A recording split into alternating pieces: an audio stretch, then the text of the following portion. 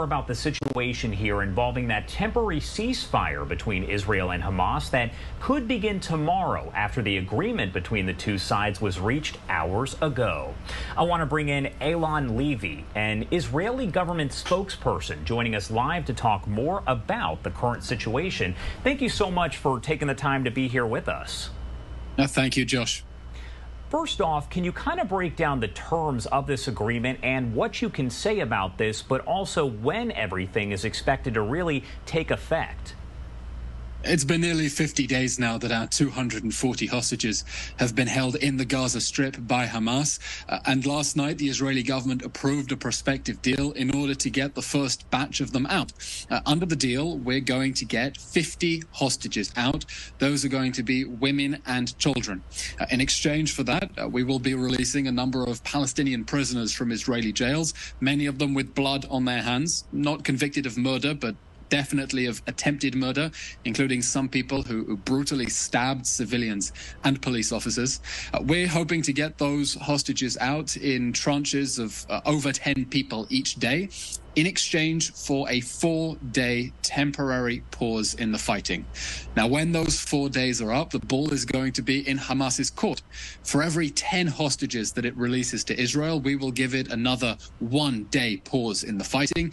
And when this ends, we will pick up our campaign to destroy Hamas and Islamic Jihad's governing and military infrastructure in the Gaza Strip. In response to the October 7th massacre, we saw nearly 50 days ago what they can do, and we're determined to make sure that that never, ever happen again.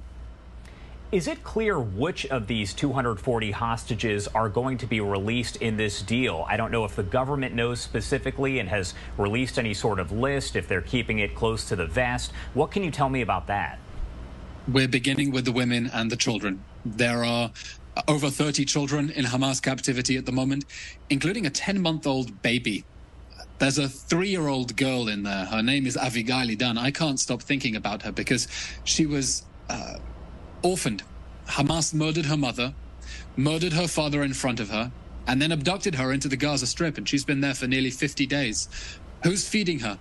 Who's holding her? Who's talking to her? Who's playing with her? Has she even seen sunlight in 50 days? These are children who are going to be coming back to Israel deeply traumatized. Israeli society is about to go through some very, very difficult and painful and emotional days when we see those children coming back. You know, as we face the question, what kind of sick monsters do this? What possible reason was there for Hamas death squads to abduct children, little children, on October 7th? So we're bringing them home. But I want to emphasize, we will not rest until we bring everyone home. There will be no one left behind. The lives of the men there are worth no less than that of the women and children, and we will not rest until we bring everyone back. We see that is our moral obligation, both as a state, but also in line with the deepest Jewish ethics as